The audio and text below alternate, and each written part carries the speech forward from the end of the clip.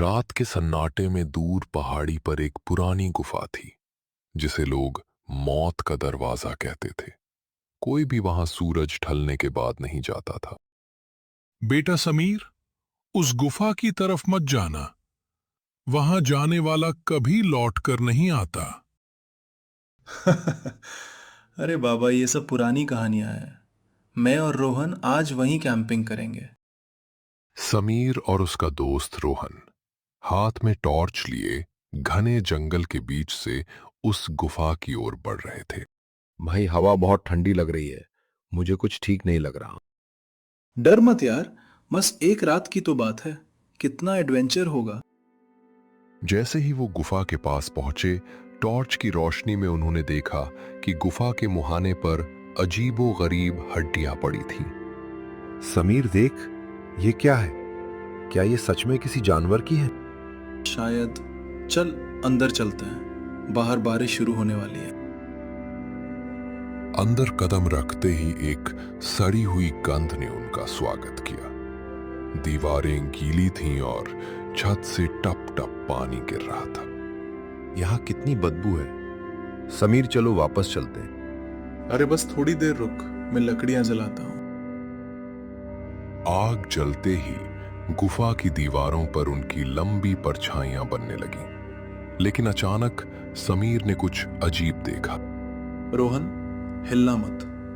तेरी परछाई के पीछे वो तीसरी परछाई किसकी है? मजाक मत कर भाई, पीछे कोई नहीं है। रोहन जैसे ही पीछे मुड़ा, बिजली करकी और एक पल के अंधेरे में समीर गायब हो गया। समीर, कहाँ गया तू? बाहर मत निकल, ये मजाक बंद कर।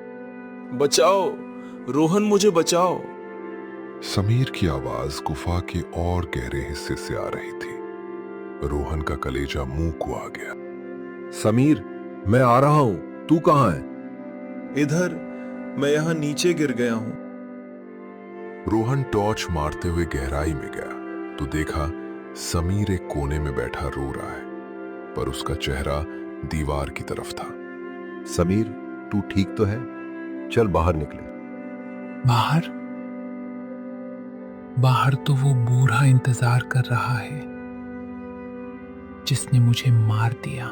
जैसे ही समीर मुड़ा, उसका चेहरा मांस विहीन था और आंखें पूरी तरह सफेद थी। नहीं, तू समीर नहीं है। तू क्या है? मैं इस गुफा की प्यास हूं। रोहन जान बचाकर गुफा के बाहर की तरफ भागा, पर रास्ता बंद हो चुका था। दीवारें खुद ब खुद पास आ रही थीं। बचाओ, कोई है? दरवाजा खुल क्यों नहीं रहा? यहाँ से सिर्फ रूह बाहर जाती है, शरीर नहीं। तभी वही बुजुर्ग आदमी गुफा के बीचों बीच प्रकट हुआ, जिसके हाथ में एक जलता हुआ दिया था। मैंने कहा था मत आना, अब तू इस श्राप का हिस्सा बन चुका है। बाबा, मुझे बचा लीजिए, मुझसे गलती हो गई। वो बुजुर्ग असल में एक रक्षक आत्मा थी। उसने जोर जोर से मंत्र पढ़ना शुरू किए। अंधेरे की शक्ति, वापस जाओ, इस मासूम को छोड़ दो। ये मेरा शिकार है, इसे मैं नहीं छोड़ूंगा। मंत्रों की शक्ति से गुफा हिलने लगी, पत्थर गिरने लगे और एक तेज रोशनी फैली। आंखें नहीं खुल रही, ये क्या हो रहा है? भाग रोहन, पीछे मुड़कर मत देखना। रोहन पागलों की तरह जंगल में भागा। कांटों ने उसके पैर लहूलुहान कर दिए, पर वो नहीं रुका। मुझे घर पहुंचना है, मुझे बस घर जाना है। कहाँ जाओगे? हम साथ ही तो हैं। अचानक रास्ते में उसे समीर खड़ा मिला। वो बिल्कुल ठीक लग रहा था। रोहन, रुक भाई, मैं यहाँ हूं। तू कहाँ भाग रहा है? समीर, तू जिंदा है? पर वो गुफा में कौन था? रोहन ने गौर किया कि समीर के पैरों के निशान मिट्टी पर नहीं बन रहे थे। समीर, तेरे पैरों के निशान कहाँ है? निशान तो शरीर के होते हैं रोहन, परछाइयों के नहीं। तभी रोहन की टॉर्च एक गड्ढे पर पड़ी। वहां समीर की लाश पड़ी हुई थी। अगर तू वहां मर चुका है तो मेरे सामने कौन खड़ा है? तेरा डर। वही बुजुर्ग फिर से प्रकट हुआ और उसने समीर की आत्मा को एक ताबीज में कैद करने की कोशिश की। रोहन, इस ताबीज को पकड़ और भाग। ये तुझे गांव तक सुरक्षित रखेगा। और समीर का क्या होगा बाबा? रोहन गांव की लाइटें देख पा रहा था। शैतानी साए उसके पीछे पीछे आ रहे थे।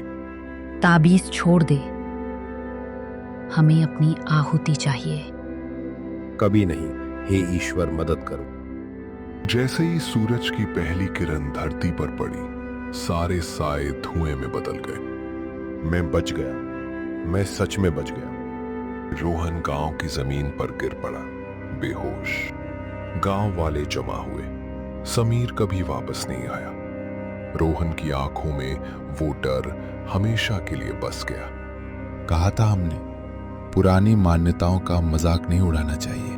मेरा दोस्त मेरी वजह से चला गया। आज भी उस गुफा से चीखें सुनाई देती हैं। याद रखिए, कुछ दरवाजे कभी नहीं खोलने चाहिए। बड़ों की चेतावनी और लोक कथाओं के पीछे अक्सर कोई ना कोई गहरा सच छुपा होता है। कभी भी अज्ञात शक्तियों को चुनौती न दे। दोस्तों, अगर आपको ये कहानी पसंद आई हो तो स्टोरी विद किड्स को लाइक और सब्सक्राइब करना ना भूलें।